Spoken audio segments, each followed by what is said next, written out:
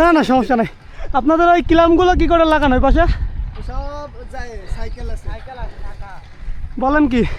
Cycle মারলে চলে যায়।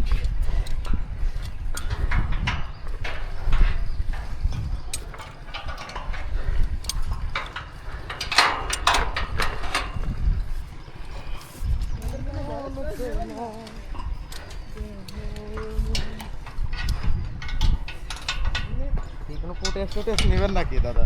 হ্যাঁ ফুটেজ নেবেন নাকি? উঠলাম যেহেতু নিয়ে যাই।